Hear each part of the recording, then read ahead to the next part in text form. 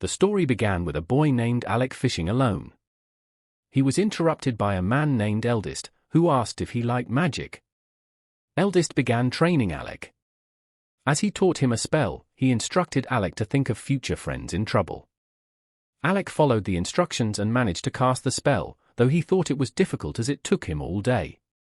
Eldest noted that it would take most people a month to master it.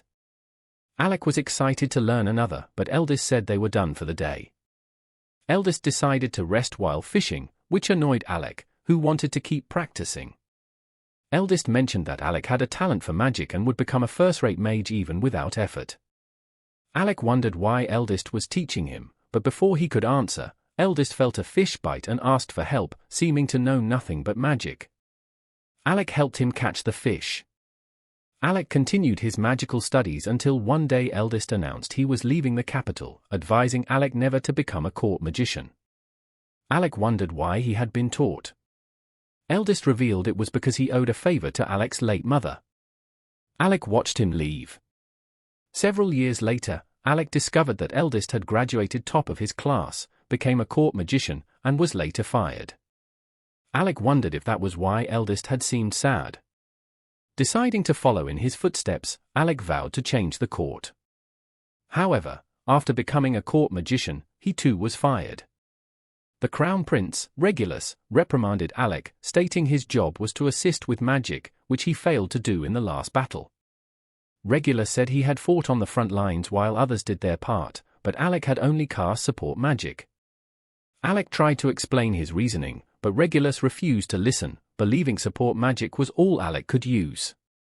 Their party member, Lenny, noted Alec always advised retreat, suggesting he was afraid to go deeper into dungeons. She mentioned they had only let him join on the king's orders. Regulus stated he was sick of clearing dungeons with dead weight like Alec. He acknowledged Alec's excellence at the academy but said he never achieved anything without help. When Alec tried to speak, Regulus noticed he carried a dagger. Angry that a commoner carried a weapon, Regulus confiscated it.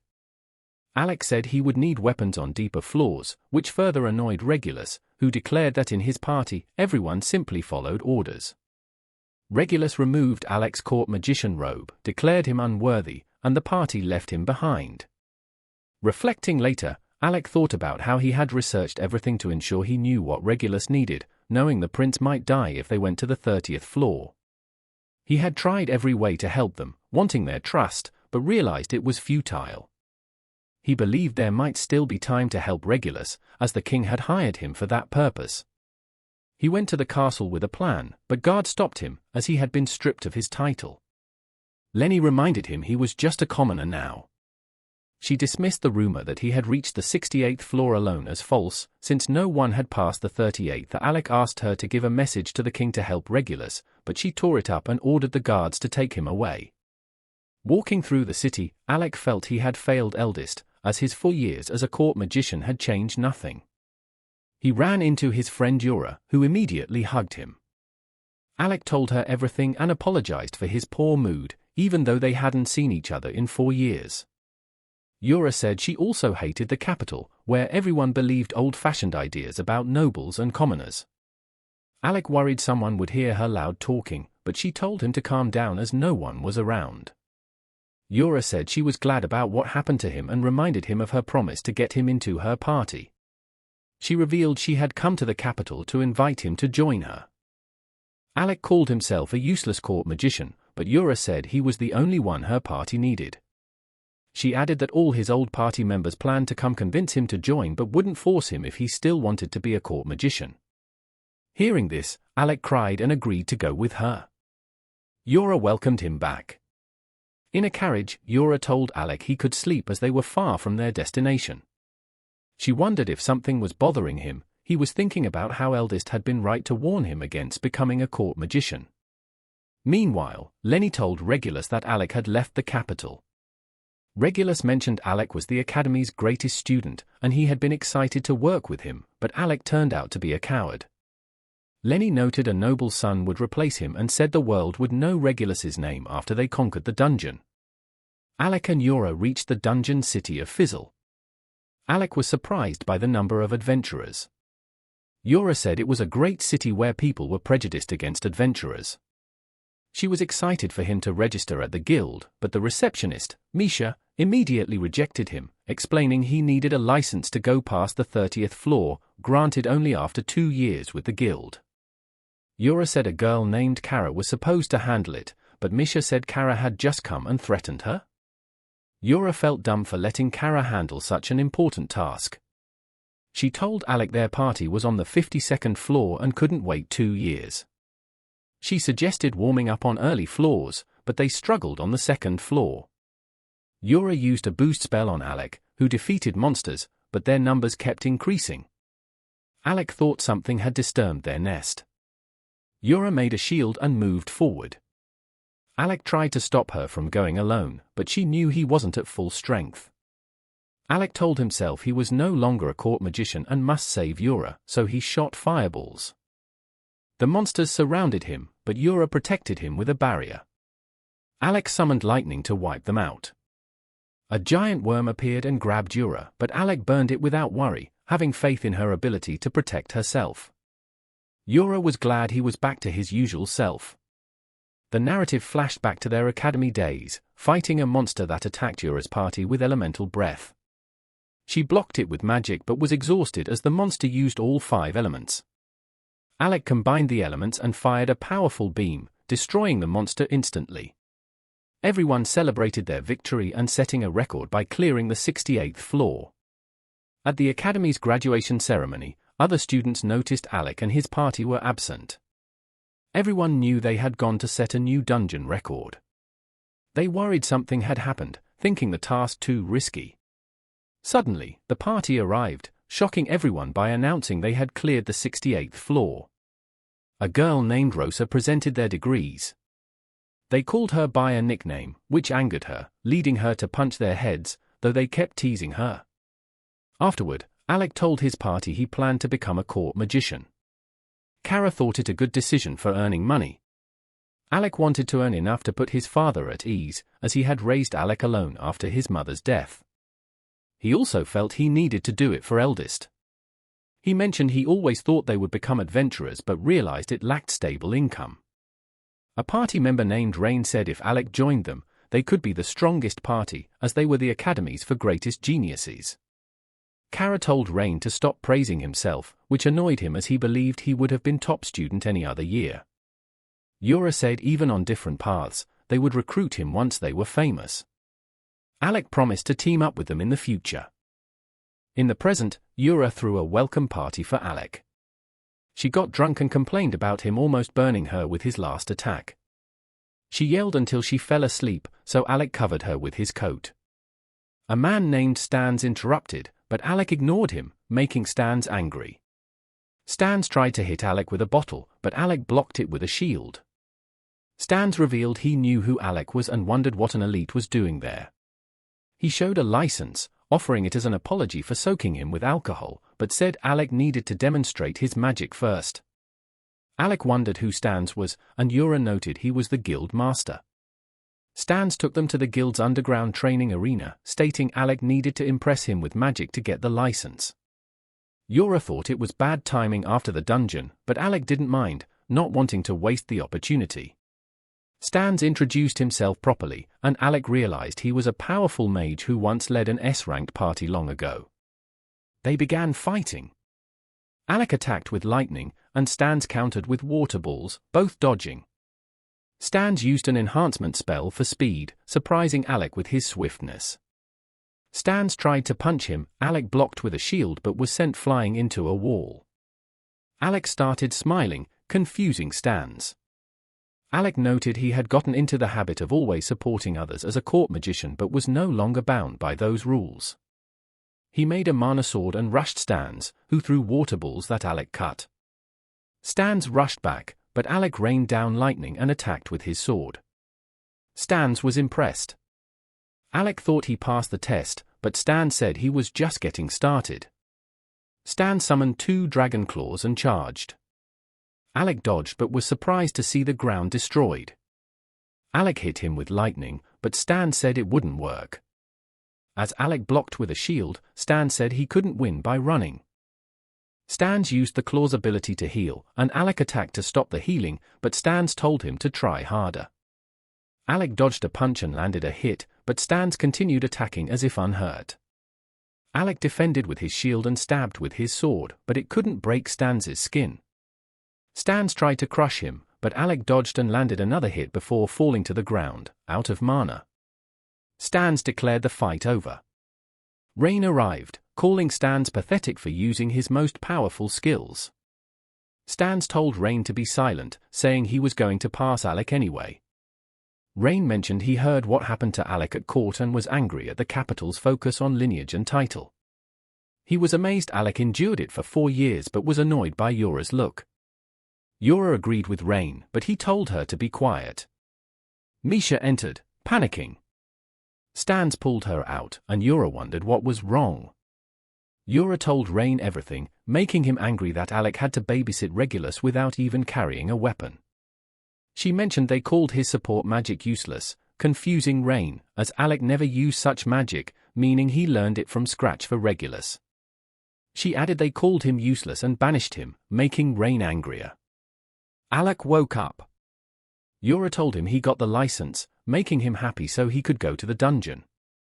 Rain thought they should get revenge on Regulus first, but Alec was against it, not being that upset. Yora reminded Rain they weren't allowed to fight other parties. Alec said the best revenge was for him to enjoy adventuring. Rain agreed, saying the royal capital would beg for their help if they became the strongest party. He looked forward to refusing the nobles. Alec thought being in the strongest party sounded better than guarding the prince. Misha was shown bandaging a girl named Krista. Stans noted trouble for an S-ranked party meant problems for the entire guild. They gathered all available adventurers. Stans told them they needed to form a group to rescue Krista's party, Rec Roma, stuck on the 64th floor. Meanwhile, Cara met Alec, asking why he wasn't at the meeting. Alec said they only called for ranked adventurers. Cara healed his injuries and told him to talk to her if something bothered him. Alec noted he hadn't shaken the habits from court and was still scared to use his powers. She patted his head to calm him. Rain and Yora arrived, saying Stans recruited them for the rescue mission. They gave details, mentioning healing magic didn't work on the 64th floor, so they needed potions. Alec was surprised Cara agreed to go. She said she was against it, but Rain's decision overruled her. She called him an idiot, but Rain said they decided by majority vote. They fought while Yora told Alec they needed his help for the floor boss, so accepting the mission was up to him as he'd have the hardest job. Alec agreed, though worried he was rusty. Rain said they should hurry before Stans's party reached the dungeon. Cara was annoyed they were just backup, but Alec didn't mind, feeling like an extra. They told him that wasn't true, as Stan said they could only come if Alec was with them, meaning they'd be home without him. They headed to the dungeon, mentioning their wish to adventure together was finally coming true. Alec apologized for making them wait so long, but Rain explained they waited because they wanted to and said it was time to get their legend back on track. Rain mentioned going down normally would take too long. Yora showed a magic item that let them skip bosses. She said they had a core for the 52nd floor, but Krista gave them one to go straight to the 64th. Alec wondered why they were given such an important item. Yora said the other team also got a core. She noted the 64th floor boss was undead, so they needed Alec to fight it. Rain told him to conserve energy, as they couldn't defeat the boss without him. They teleported to the 64th floor and were immediately attacked by skeletons.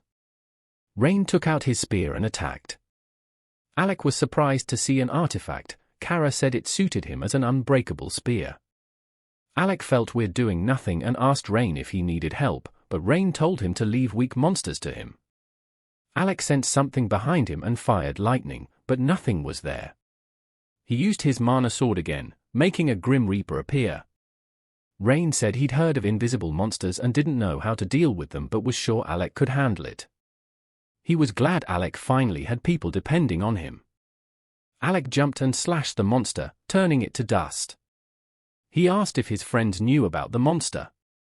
Yora apologized, and Cara said she was against keeping it hidden, blaming Rain. They were surrounded by skeletons, which excited Rain. Yora reminded him it was a rescue mission, but Cara said telling him anything was pointless.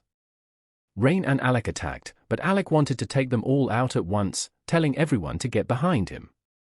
He destroyed them with lightning. Rain wondered why Alec only used Thunderbolt. Alec said it was the quickest, but Rain refused to believe him. The ground shook as they heard the floor boss. Yora applied a boost spell while Rain ran toward the voice. They followed, and Alec praised Yora's magic, making her happy. They caught up to Rain and saw an adventurer named Loki running from the boss, asking for help. Rain didn't care, knowing Loki wasn't a good person. Loki fell, worrying Alec, but Cara calmed him, saying it was Loki's fighting style. As the monster got close, it stepped into a trap and was hit with fire magic. Loki laughed, but was shocked when it shot fire breath at him. Rain saved him just in time. The monster turned to Alec, trying to crush him, but Yora protected him with a shield. It ran toward Rain and Loki, so Alec hit it with Thunderbolt, but it kept chasing. Rain suddenly ran toward the others and threw Loki to Cara. Yora told her to get him to safety. Rain asked Yora for orders. She said they would stall while Alec finished it. Yora applied a support spell on Rain, who rushed the boss. It tried to smash him, but he dodged and hit it with his spear. The monster sent him flying and was about to crush him, but Yora protected him with her shield. Alec prepared magic circles to attack, impressing Loki, who knew only genius mags could cast 5 spells at once. He was shocked when Alec used 20 simultaneously. Rain stabbed the monster's tail while Alec blasted it with lightning from all circles, but it wasn't enough. It prepared fire breath. Cara attacked with arrow rain, pushing it down while Yora bound it with chains. Rain stabbed its head, and Alec activated a sealing spell but was surprised by its calmness. It still prepared to attack, but Alec thought it made a wrong decision as he had a special skill only he and Eldest could use. He reflected the flames back, causing an explosion, but the monster refused to stay down. It prepared to attack again, but Alec burned it with an inferno while Rain slashed its head in half. They celebrated, but Loki interrupted, saying he knew who Alec was. He mentioned rumors Alec defeated a Hydra. Some didn't believe it, but Loki did after seeing his power. Alec revealed he was no longer a court magician, shocking Loki, who thought the court was stupid to let him go. Loki thanked Yora for helping and assured her his captain would repay her, though Yora said he never did anything himself.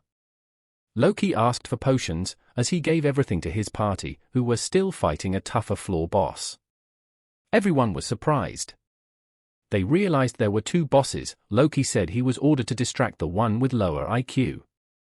Cara said it was the perfect job for him. Loki revealed the second boss was like a knight in black armor, possibly just the armor itself, meaning physical attacks wouldn't work. He gave Alec an artifact that transformed into a weapon, saying he needed it for deeper flaws. Rain found Loki suspicious for giving items away free, and Yora thought he was trying to make Alec a frontline fighter. Loki told Alec to stop using magic in exchange for the artifact, surprising them before an undead fight. Loki said he liked nasty tricks and had a plan. Meanwhile, Regulus and his party ran from monsters on level 30. He told Lenny to attack with magic, but it didn't work. He called his companions useless and tried using sword skills but was easily knocked down. His party decided to retreat. As they carried him away, he wondered why he couldn't defeat a level 30 monster. He realized he had struggled since firing Alec and thought Alec must have cursed him, blaming him for everything. Regulus went to a man named Vogan, who assured him he wasn't cursed, but Regulus refused to believe it.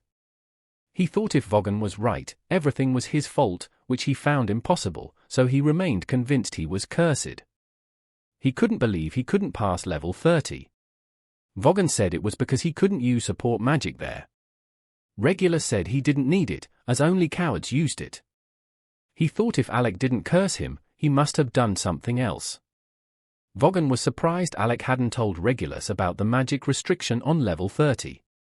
He wondered why Regulus asked about Alec, who was one of the legendary students who cleared level 68. Regulus called it a rumor started by a commoner. A man told Regulus the king summoned him. The king asked if he knew Eldest, but Regulus didn't. The king said he was a court magician he banished for being an idiot. Eldest had told the king that without changing the court, the kingdom would fall into an irreversible predicament. Regulus thought he deserved banishment for looking down on royals. The king said after losing noble status, Eldest went to the magic academy as a commoner, impressed everyone, and used his top graduate privilege to return as court magician. He went missing after a year, but during his time said strange things that made people dislike him. He even tried to convince the king to change his opinion about commoners, revealing one saved his life. The king asked Regulus why he sent him to the dungeon. Regulus thought it was for experience, but the king said he wanted to know if Eldest was right and that it was time to change the kingdom. Regulus didn't understand. The king considered changing the employment system to evaluate talent equally, regardless of origin. Regulus thought it unwise, as the king taught him it was disgraceful to get help from a commoner, citing his injuries as proof. He blamed everything on Alec, but the king showed him the notes Alec tried to deliver, a guide for beating level 30. Regulus, claiming to feel unwell, decided to leave. The king told Vogan to take care of him. Regulus left, crying as he realized Alec wasn't useless and that he had been so incompetent Alec never told him the truth. Meanwhile, Alec noted artifacts had enchantments, but defeating an undead without magic was impossible as they were immune to physical attacks. Rain told Loki to stop bossing them, but Loki calmed them, saying he didn't want Alec to stop using magic the whole fight. Yora realized he was trying to make the monster think Alec was a fighter. Cara thought it wasn't a bad idea but saw no point in mind games with a monster. Loki revealed it possessed intelligence, surprising them. He said he wasn't ordering them around, just telling Alec to fight without magic until a signal. Alec agreed. Alec also asked Cara for teleportation magic help. She reminded him it was a national secret, but he said it didn't matter if no one found out. As they worked on a magic circle, Alec wondered about Loki. Yora said they couldn't trust him but could rely on him, revealing he once commanded a search party in a dangerous dungeon where everyone returned safely thanks to him. Alec decided to believe in Loki and challenged Rain to a sparring match. Rain thought Alec had lost his touch and promised to go easy. Loki was surprised by their closeness after 4 years apart. Cara said it was because they had known each other long. They activated the magic circle. Loki said they could only teleport to marked places and told them to be on guard. Rain felt nostalgic, even with an extra person. Loki joked their team would be perfect without Rain. They teleported in front of the boss, seeing 2 of Loki's party members fighting it with ineffective attacks. Rain rushed it, but it blocked his spear. Alec tried ambushing from behind, so it jumped to dodge. They clashed repeatedly. As the monster jumped to avoid Rain's attack, he stabbed its robe to hold it while Alec sliced off its head. They thought the fight over, but the monster kept moving headless and lunged at Alec, who struggled to block. He realized it had become stronger and faster, meaning it held back earlier. Yora buffed Rain to increase his strength. He thrust his spear, it blocked, but Alec used the chance to hit it with his sword, making it crash down. It got back up, reattached its head, and sent Alec flying, but Yora summoned a shield to stop him from hitting a wall. Loki said they needed to stall for 5 minutes. Alec drank a potion and returned to fight. As Yora tried to go with him, Loki told her to help him instead. Rain drank his last potion. As they fought, Rain mentioned he was excited to see Alec after 4 years but wondered why Alec always looked bored. He asked what happened. Though Alec told him to mind his own business, Rain refused to stop until he knew. Alec said he wanted to repay Eldest by changing the court, which was why he became a court magician, but he couldn't do anything. Rain thought the sentiment mattered and that staying for 4 years was impressive, making Alec cry. Loki suddenly activated a huge magic circle. The monster rushed him and slashed his body, but it was an illusion to lure it into an ice trap. Cara teleported Rain behind it, and he hit it with his spear while a party member named Mabel tried attacking with her sword. It dodged but stepped into another ice trap, becoming angry and rushing Loki. He tried another illusion, but it saw through and attacked his real body, which he blocked with a magic sword. Another member, Rule, saw Yora supporting Loki with a 7-layer spell but thought he couldn't hold the monster back. He was surprised when she used a binding spell to restrain it.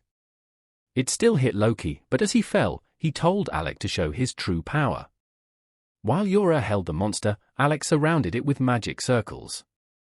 Loki was impressed, as he used more than for the last boss. Alec blasted it with Thunderbolt, but it started breaking free. Rain couldn't believe it was still alive. Alec tried creating more circles but reached his limit. Loki wasn't surprised he was out of mana after so many spells.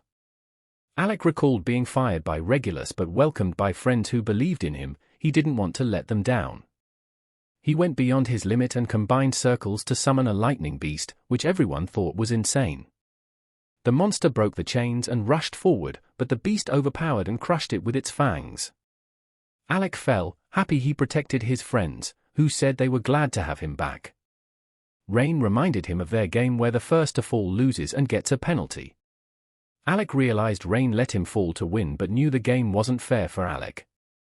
Rain decided to go easy, making his penalty to talk to them whenever he had a problem.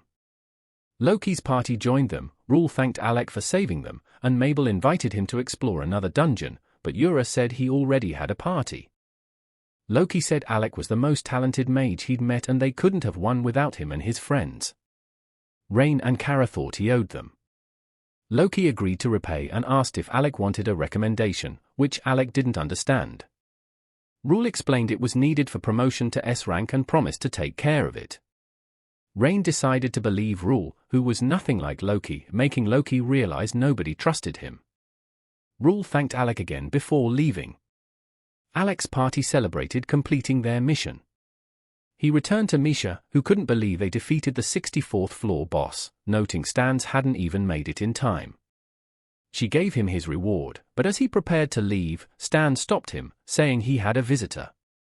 Vogan was waiting and asked why Alec hadn't taught Regulus how weak he was. Alec explained he wasn't in a position to lecture him. Vogan revealed he replaced Alec but hated babysitting Regulus. He said Regulus got injured on floor 30 but recovered and was now looking for Alec, waiting in the underground arena. Alec wanted to meet him, so Vogan took him there. Vogan noted Regulus seemed full of himself. Alec thought it normal for nobles, but Vogan, also a noble, said he was nothing like Regulus. They saw Regulus at the arena. He said he was waiting for Alec and that the king wanted to change the kingdom so nobles would work with commoners. Regulus was unhappy, believing they weren't equals and that Alec, a commoner, would never understand. Alec admitted he didn't understand Regulus but said his mindset was wrong for never listening to commoners who knew better. Regulus refused to change and prepared to fight, saying he'd prove nobles didn't need to work with commoners. He charged with twin blades. Alec recalled advising Regulus to use them as a long sword was too heavy. Alec dodged, and Regulus fell, losing balance. Alec asked Vogan if he convinced Regulus to fight. Vogan explained he told Regulus to prove he was better than Alec, as he couldn't accept Alec was stronger. Regulus got up and continued attacking. Vogan revealed he taught Regulus twin blades, as he was determined to defeat Alec. Regulus charged with a special move, but Alec blocked and pushed him back. Regulus asked if support magic was why Alec defeated powerful monsters and admitted he couldn't clear floor 30 no matter how hard he tried. He read Alec's report and was angry it was so perfect, even accounting for his personality and actions. He thought it proved Alec was a genius but needed to prove he was better, as Alec was just a commoner. Regulus activated an artifact, wanting a serious fight, and said they were sent to the dungeon so his father could see a commoner's strength. Regulus noted they were both used for an experiment, but Alec realized it was why the king treated him like a person, so his 4 years weren't wasted. Alec told Regulus to prepare and charged with his sword. Regulus freaked out and closed his eyes, dropping his weapons. He realized Alec spared him and wondered why, as he never treated him well. He admitted he didn't know what to do, having always believed in himself but now knowing he wasn't skilled. He asked for advice, and Alec was happy he finally decided to listen to a commoner. Regulus apologized for everything. Alec admitted he didn't know how to respond and said Regulus was the only one who could answer his own question. Alec offered a hand, but Regulus refused, saying he had cooled off. Regulus told Vaughan to give him the court magician's robe and returned it to Alec. Vaughan showed a letter from the king saying the position was open, but Alec refused to return, as his new party had a rule against leaving and he didn't want to leave them. He told Vaughan to thank the king, as he enjoyed his for years. Regulus returned the robe anyway and said it was time to head back, calling Alec an idiot for rejecting the king's kindness. Alec said he was just a useless commoner, and Regulus called him a fool. Alec noted they finally agreed on something. Regulus smiled as he left, both happy with the outcome. Alec asked his friends to show him around Fisel, but Rain said he wasn't feeling well, and Cara mentioned important business. They left, and Yora realized they were trying to help her. Alec asked her for a tour, and she agreed. She took him to a market with equipment for adventurers, warning of scammers but ending up buying junk. A merchant showed a strange stone, claiming it was medicine for fighting days without sleep. She believed him, but Alec pulled her away. They went to a cafe. Alec wondered why Rain and Cara disliked Loki. Yora said Rain was careless and sloppy but always took care of his weapon, recalling how he cleaned his spear after dungeon trips and didn't want to replace it, trusting it with his life. Yora revealed that 2 years ago, Rain fought a floor boss to save an A-rank party and got injured. Rekroma helped defeat it. Rain pretended he wasn't hurt, but his legs gave out on the way home and he passed out. Loki and Rule carried him back, but Loki thought his spear useless and threw it away. Rain was angry when he learned Loki said weapons were disposable, upsetting him further. Yora added Loki planned things, while Rain used instincts, so they'd never get along. Alec wondered why Cara disliked Loki. Yora said she found him annoying and a troublemaker. They continued walking, seeing a rare item that boosted magic power. Yora wanted it but couldn't afford it, so Alec bought it for her, and she promised to treasure it. Watching the sunset, Alec said he liked Fisel, making him feel like a real adventurer. Yora wondered if he still wanted to be in her party or return to the capital. He said he wanted to stay with his friends and make their party the strongest. She was happy, saying he always kept things to himself but was glad he was speaking his mind. He said he wanted to talk about his true feelings, making her flustered as she prepared to kiss him. He explained that since losing the game to Rain, he wasn't allowed to keep things to himself. He realized she was upset and asked what was wrong, but she said it was nothing and cursed Rain. The next day, Rain woke Alec, who had been studying all night. Rain told him to get ready, as an adventurer's day started early. Alec dressed and asked if Rain wanted to start the usual way, a sparring match. Yora said it was too early, but Alec said he needed to catch up after 4 years away. Rain broke Alec's sword, so Alec admitted defeat, but Rain challenged him to fight with his artifact. They were about to clash when Yora told them to stop before someone got hurt. Loki joined and offered advice. They started walking away, but he revealed he gave them an S-rank recommendation. They realized it was an S-rank ID, but he refused to give it unless Rain begged. Krista hit Loki and apologized for his behavior, giving them the ID. Rule said Rekroma recommended their party to the guild master, so they were promoted to S-rank. Krista said S-rank parties could access the Arcana dungeon, which Rule noted was more dangerous than floor 64. They told Alec to call if he needed help, as they still felt they owed him. Loki invited everyone to celebrate. Yora and Cara said he would treat them. Loki said he had a meeting, but Krista revealed he was lying, so they dragged him away. They went to a tavern and drank. Alec couldn't believe they were already S-rank. Rain told him to stop doubting himself, saying they were just getting started. Loki was unhappy as everyone ordered expensive drinks. Later, Yora was drunk, and Cara told Alec she was happy he chose to stay with them instead of returning to the capital. Misha called Cara for help healing wounded adventurers, as healers were overwhelmed due to attacks by criminals from the Shadow Guild. Stan showed Cara an injured adventurer named Olivia, who was in terrible condition. Cara needed to treat her all night.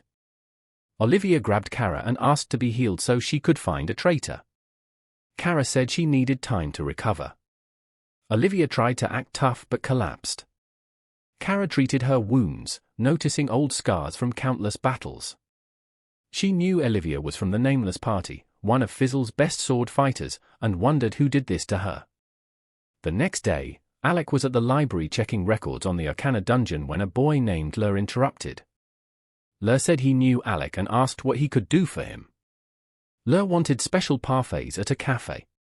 They went, and Lur ate a lot, but Alec felt he was being pranked and told him to get to the point.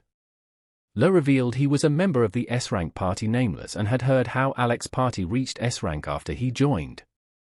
He wanted to meet Alec and thought he was perfect for their next job, inviting him to raid the Labyrinth dungeon. Cara visited Olivia, who was already practicing swings. Cara told Stans to stop her, but he said she wouldn't listen. Cara told Olivia to lie down, as she was still injured. Stans wondered who attacked her, but she refused to answer and asked Cara to heal her leg. She told Stans to leave.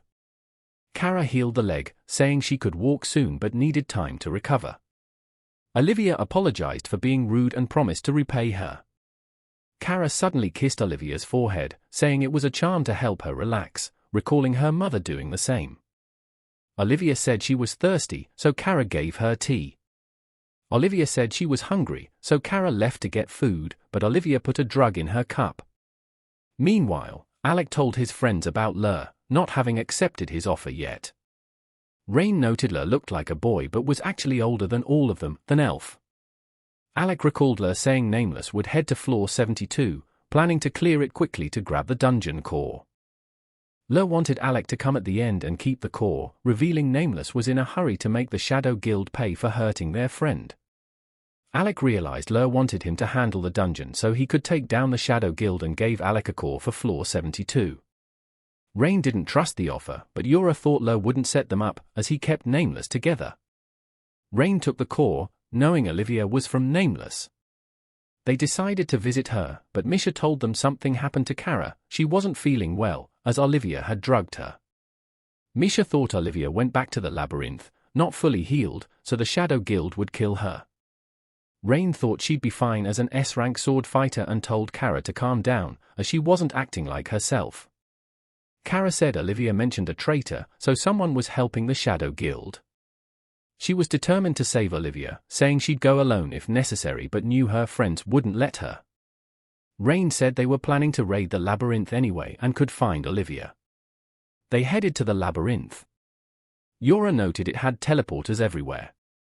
Mabel suddenly joined, saying she was also looking for Olivia and offered to tag along, as Lur asked her to take Olivia's place. She noted they were both S-rank sword fighters.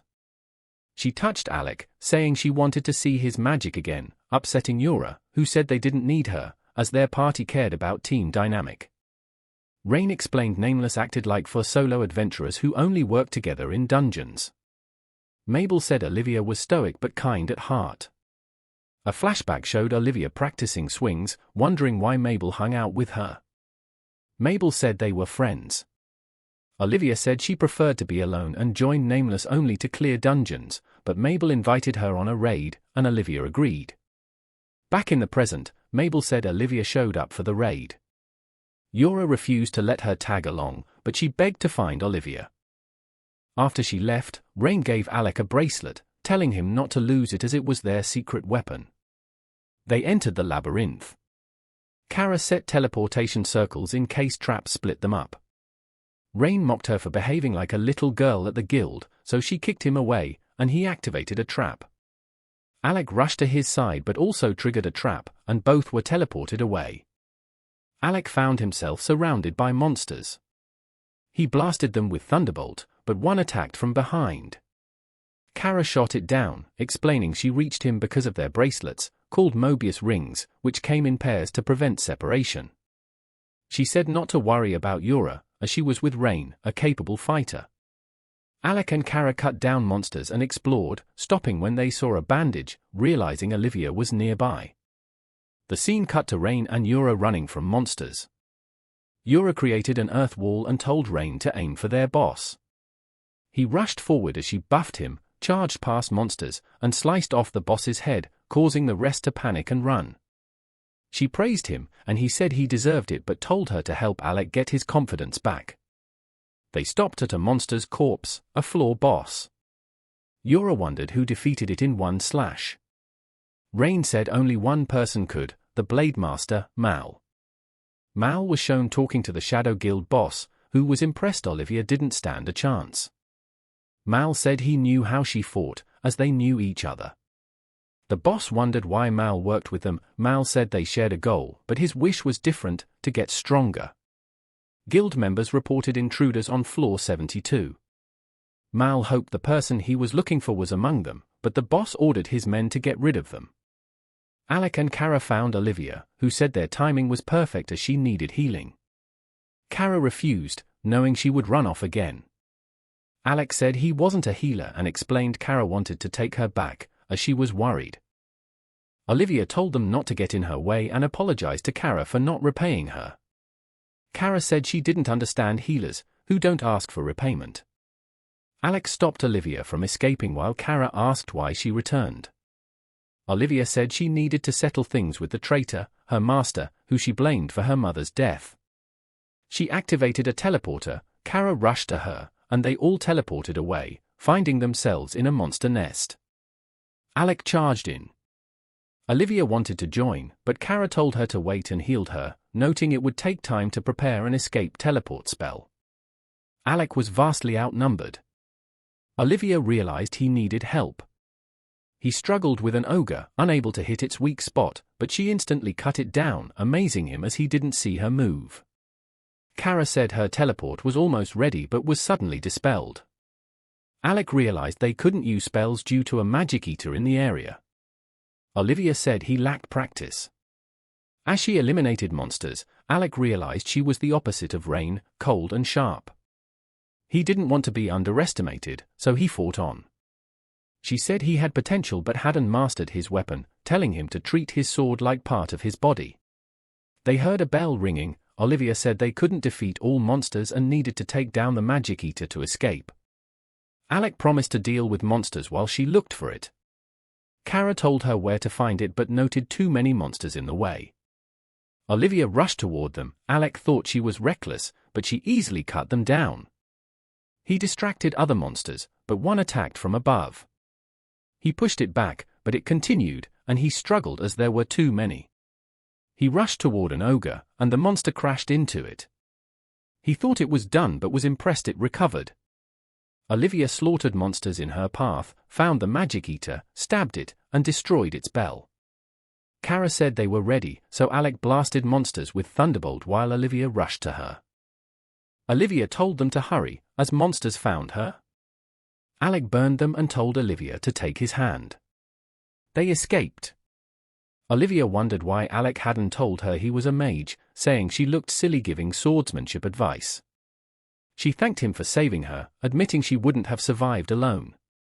Cara said she wasn't fully recovered, and her wounds might reopen. She asked about her master.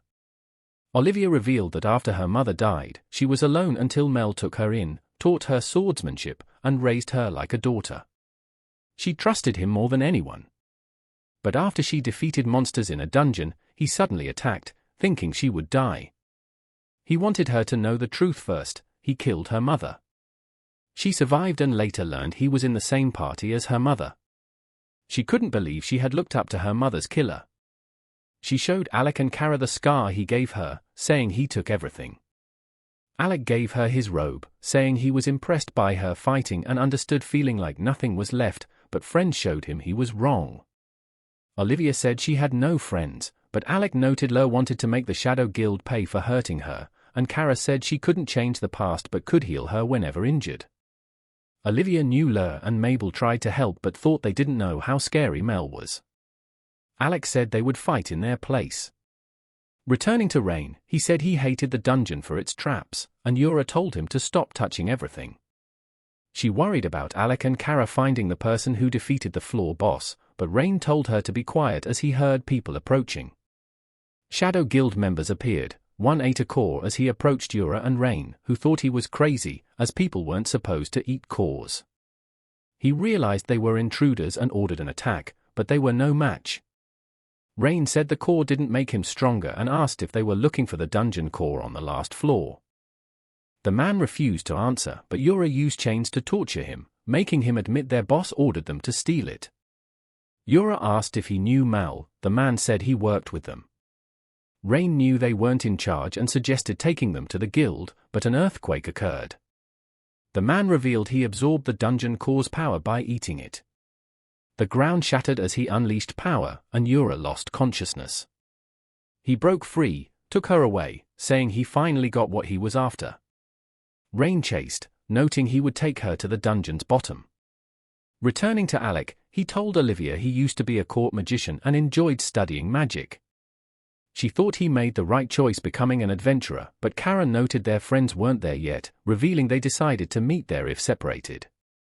They saw a giant hole, thought it unusual, but Olivia jumped in and found Yora's hat, realizing she was there.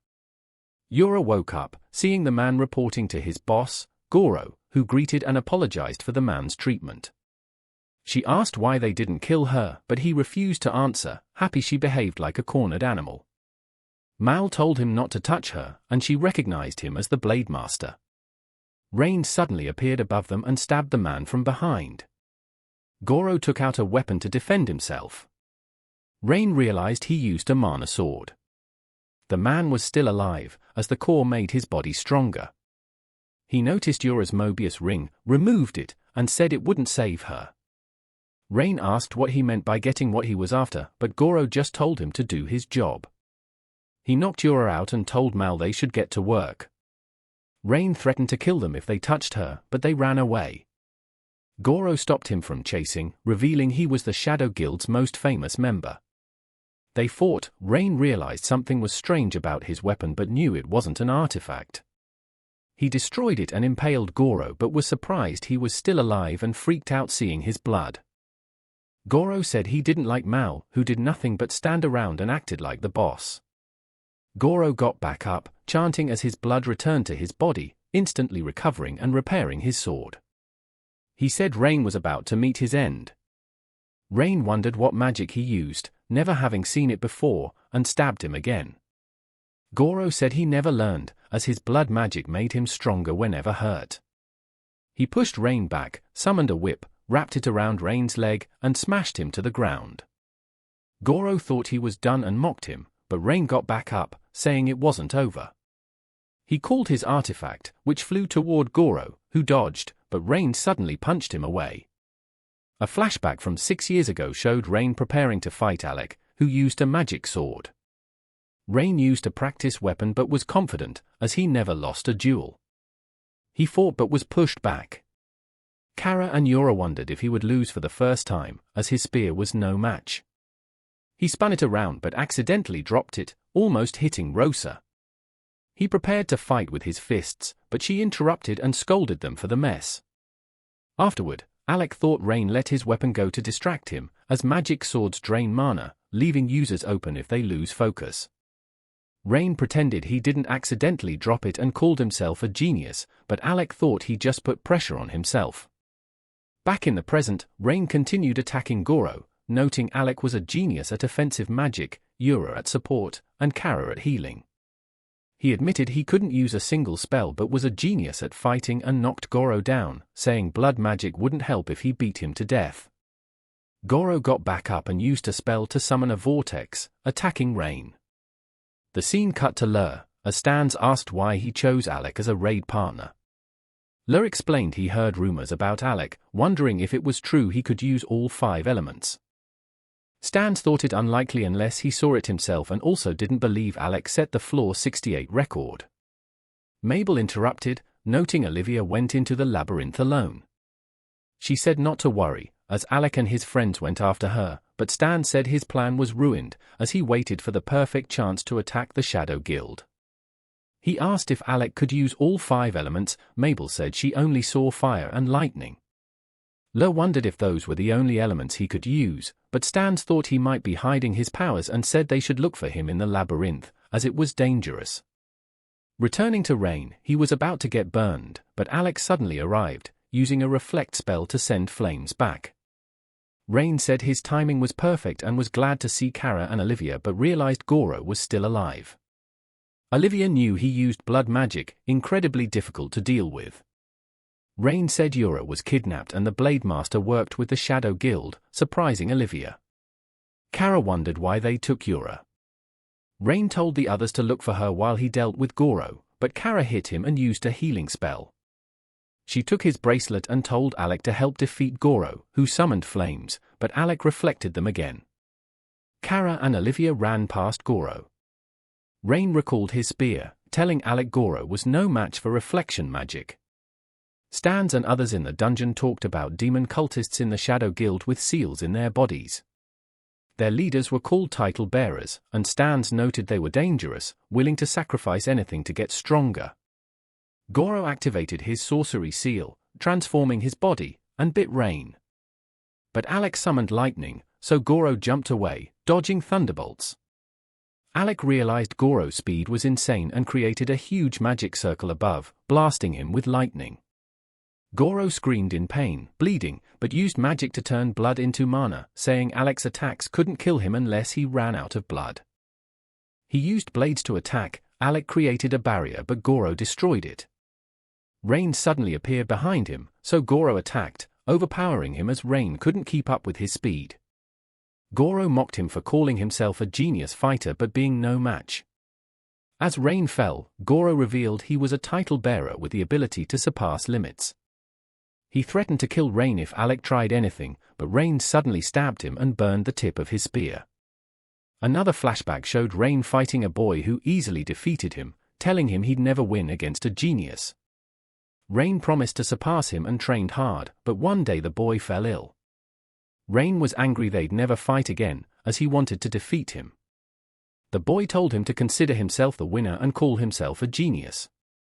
Back in the present, Rain continued fighting Goro, blowing a hole in his chest, saying he would always be a genius no matter what anyone said. The scene cut to Mal reaching the labyrinth's end with the man who took Yora. They opened a huge door leading to the dungeon's lowest point, climbed stairs, and saw the dungeon core. As the man took it, he said he finally found what he was looking for. This is where the video ends. Remember to like and subscribe to the channel. Thanks for watching and I'll see you next time.